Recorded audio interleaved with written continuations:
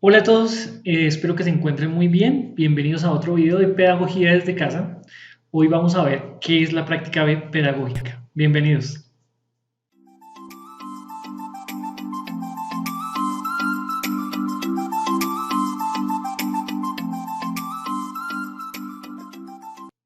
Bueno, y como lo acabé de decir, hoy vamos a hablar de este concepto que se llama práctica pedagógica. Muchos como maestros, estudiantes de educación, pedagogía, maestros en formación, de las escuelas normales, de la Escuela Normal Nuestra Señora de la Paz y de todas las escuelas normales que existen, han pasado por este tema, ¿no? De preguntarnos qué es la práctica pedagógica. Y pensamos que la práctica pedagógica es simplemente que el maestro hace su práctica diaria, su práctica profesional. Es decir, pues que tiene sus materiales, tiene su planeación pedagógica, entonces llega al aula, saluda a los muchachos, hace su clase de acuerdo a la planeación, eh, genera alguna presentación, alguna actividad, hace la evaluación y va haciendo su práctica día a día. Y el conjunto de ese trabajo diario le llamamos práctica pedagógica. Pero hoy te quiero contar que eso no es tan sencillo. Hablar de práctica pedagógica requiere pensar un poco qué elementos intervienen en eso que hace el maestro día a día. Entonces, este video vamos a tener en cuenta esos elementos.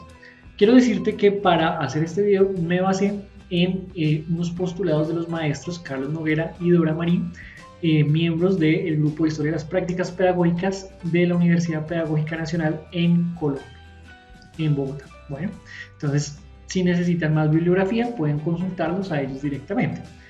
Vamos a hablar sencillamente algo muy general de lo que es la práctica. Entonces, vamos a comenzar con un título. ¿Qué es la práctica pedagógica? Ese es nuestro tema de hoy. ¿Qué es la práctica pedagógica? Primero debo decir que esto es muy importante. Durante muchos años se ha comenzado a mirar la práctica pedagógica maestra. ¿Pero por qué? Sí, pensamos que es lo que se hace todo el tiempo como maestro. ¿Por qué puede llegar a ser tan importante? Es importante porque se comenzó a decir a través de los estudios que la práctica pedagógica genera algo que se llama el saber pedagógico.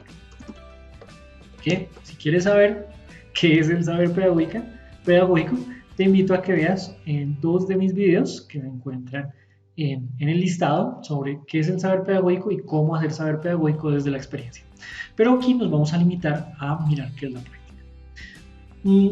La práctica es importante porque genera un saber pedagógico que es propio del maestro.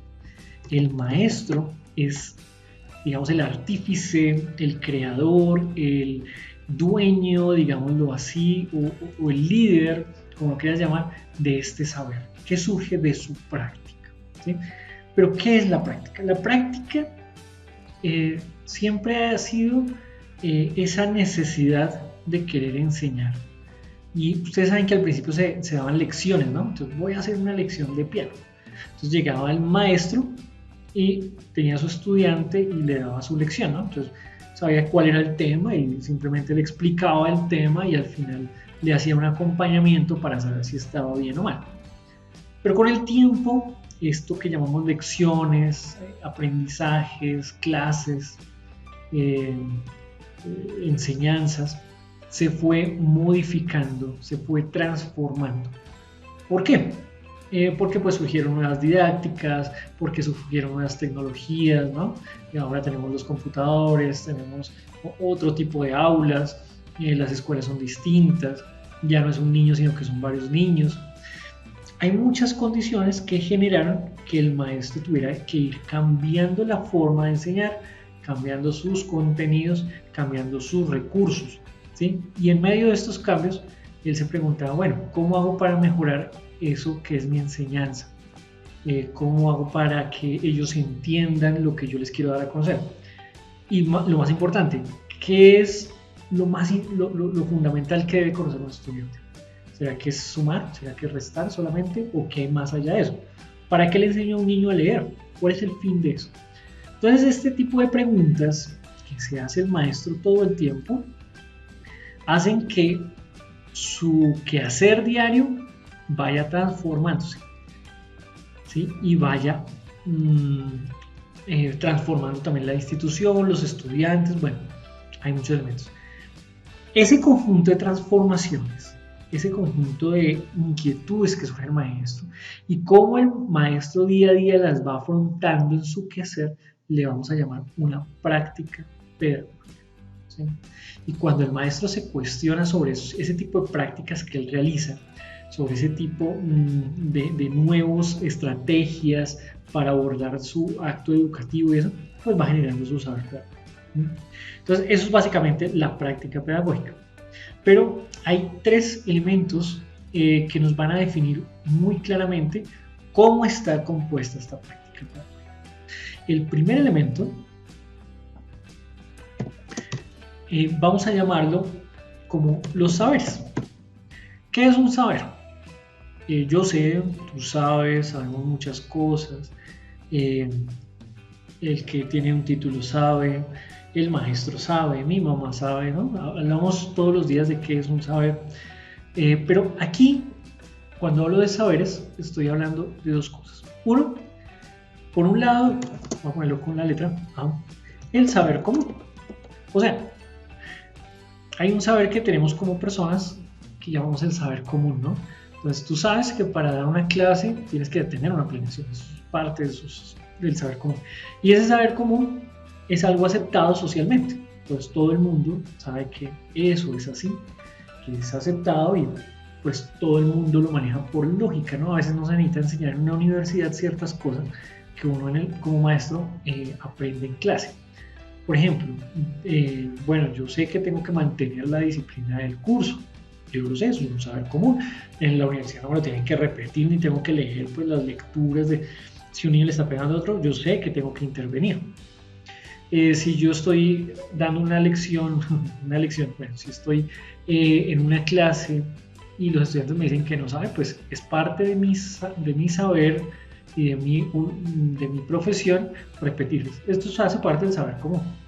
Pero hay otro tipo de saber que es ya un saber propio del maestro, ¿no? Entonces, estos son los saberes disciplinares. ¿Qué quiere decir saberes disciplinares? Que tienen en cuenta las disciplinas que maneja el maestro. Por ejemplo, un maestro de ciencias sociales, pues tiene unos conocimientos que ahí se aprendió en la universidad y en sus estudios sobre didáctica de las ciencias sociales, los conceptos básicos de las ciencias sociales, la geografía, la historia, etcétera, todo lo que tiene que ver con eso. ¿Sí? Igual el de matemáticas tendrá sus conocimientos y hay uno entre ellos que es el conocimiento pedagógico. Todos los maestros pues tienen unos saberes pedagógicos que están basados en teorías, en investigaciones, todo en clases que vieron en las universidades, en seminarios, en posgrados, que ya son saberes específicos. Esos dos tipos de saberes, el saber común y estos saberes disciplinarios o específicos, hacen parte de lo que el maestro maneja en su saber y que cuando entra al aula lo pone en su práctica pedagógica. Entonces, cuando hace la planeación, tiene que poner ahí sus saberes, ¿no? Entonces, cómo hacer una planeación, los objetivos, cómo los maneja, qué concepto va a trabajar, qué habilidades va a fortalecer, qué recursos va a tener en cuenta, ¿no? Y ahí viene la creatividad. De pronto utiliza un poco el saber común, ¿no? Entonces dicen, bueno, no me conviene tenerlos en el aula todo el tiempo porque se cansan, entonces los voy a llevar al parque, en fin. Me estoy inventando el ejemplo, ¿no? Pero tiene que saber, tiene que relacionarse con sus saberes. Es el primero, ¿listo? Vamos con el segundo. El segundo elemento que hace parte de esta práctica pedagógica tiene que ver con la normatividad.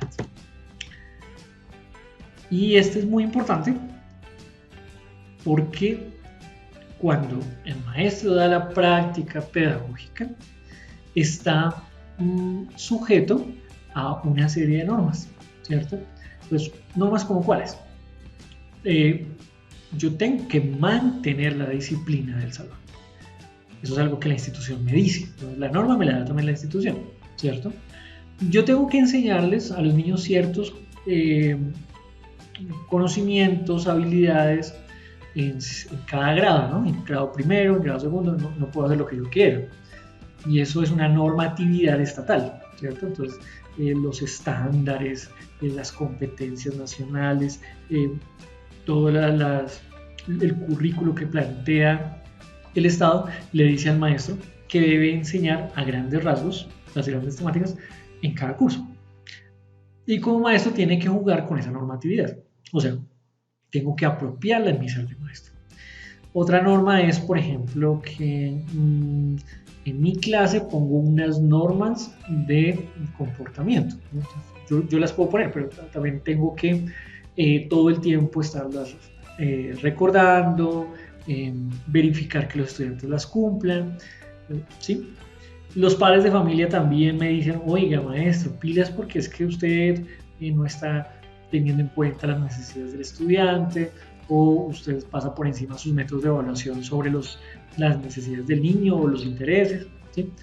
Entonces hay varios tipos de normas, ¿no? Las institucionales, esas normas invisibles que no ven, que los padres, porque está su hijo ahí, ¿no? Las normas que no hacen clase, las normas del Estado, las normas en la legalidad, ¿no? Pues, un maestro no le puede pegar a un estudiante, por ejemplo. Entonces, esa serie de normas nos acompaña en nuestra práctica diaria junto a los saberes.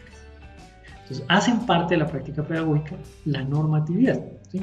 Y también hay las normas sociales también establecidas, ¿no? Si yo me pongo a pelear con un estudiante, pues yo ya sé que está mal, además que legalmente voy a tener problemas, pero ya sé que un adulto no puede entrar en esa dinámica. Entonces hay normas que también ya sé cómo funciona, ¿no? Y hay documentos que nos ayudan a regularnos con las normas. Entonces cuando hablamos de las leyes, ¿no? La Constitución política nos habla de unas normas que nos afectan en nuestra aula, pero también la Ley General de Educación, pero también el Manual de Convivencia del Colegio, por ejemplo, el reglamento laboral que utilizan los maestros. Entonces, hay unas normas que ya se manejan y hay otras que no están escritas directamente, pero ya uno sabe y es consciente de que todo el mundo las cumple y yo también entro en esa dinámica como maestro. Entonces, segundo, normatividad. Y voy con el tercero y el último, pero no menos importante. Y este tercero tiene que ver con algo que suena raro, pero es muy interesante, que es la subjetividad. Voy a colocarlo acá. Ustedes dirán, ¿qué es eso de la subjetividad? Bueno, hay muchas formas de definir la subjetividad. Depende de qué discurso tengas, qué corriente teórica. Pero aquí vamos a hablar básicamente de esas actividades o acciones, palabras, discursos, todo lo que tú haces en tu ser de maestro que le da sentido a tu profesión, ¿sí? Entonces, por ejemplo, yo hago mi clase, la desarrollo, pero comienzo a pensar, bueno, ¿cómo puedo ser más creativo? Le quiero poner algo, por ejemplo, un carácter reflexivo a mi clase, ¿no? Eso es algo mío propiamente, porque yo siento importante, por ejemplo, si yo estoy enseñando matemáticas, yo quiero hablar del medio ambiente. Y fíjense que no necesariamente podría estar relacionado con matemáticas, ¿no? Pero yo lo veo importante como ser humano, como sujeto, y siento que es importante enseñarlo a los estudiantes y veo que en el aula es algo que se debe atender. Entonces, así no me lo obliguen a hacer, así no esté en la norma, yo sé que en mi labor eso le va a dar un sentido al ser maestro, hacer conciencia a los estudiantes de la protección del medio ambiente. Un ejemplo, ¿no? O por ejemplo, yo en mi creatividad entonces voy a poner a los niños a hacer más juegos porque me interesa que sean más activos, que se gocen la clase, que sean más dinámicos. Eso tiene que ver para mí con ese sentido de ser maestro, ¿sí? Entonces hay maestros que son acompañantes, otros son un poquito más rígidos, ¿no? Unos más serios. También tiene que ver con esa forma de ser maestro que le imprime cada uno, y ese es el darle sentido a su labor. Y eso hace parte de eso que es la subjetividad. Entonces, fíjate que la práctica pedagógica no solamente entraría en la clase. La práctica pedagógica tiene que ver con la relación entre los saberes, las normas y la subjetividad. Bueno, subjetividad tampoco no solamente del maestro, ¿no? Sino de todos los que están en esta relación pedagógica. El estudiante, los coordinadores, bueno. Entonces, estos tres elementos se relacionan y de allí surge la práctica. A veces dicen, un maestro puede cambiar la práctica pedagógica y puede ser más creativo y entonces tiene que cambiar su práctica pedagógica. Pero fíjate que si lo analizamos de esta manera, no es tan fácil. Porque para cambiar la práctica pedagógica tienes que entrar a transformar tus saberes, entrar a modificar o manejar las normas y cambiar la subjetividad. Y eso no es tan fácil como decirlo y hacerlo. ¿Sí? Yo puedo leer más, pero el saber también genera un discurso, ¿no? Una forma de hablar, un lenguaje. Y cambiarlo demora su buen tiempo, ¿no? También la institución tiene unas reglas, unas normas, unos espacios, un lenguaje. Cambiar todo esto es muy complicado. Por eso, cambiar la práctica pedagógica es mucho más que pedirle a un maestro cambie su práctica pedagógica.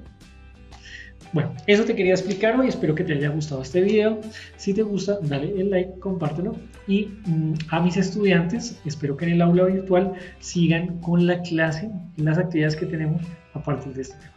Un abrazo gigante y feliz tarde. Chao, chao.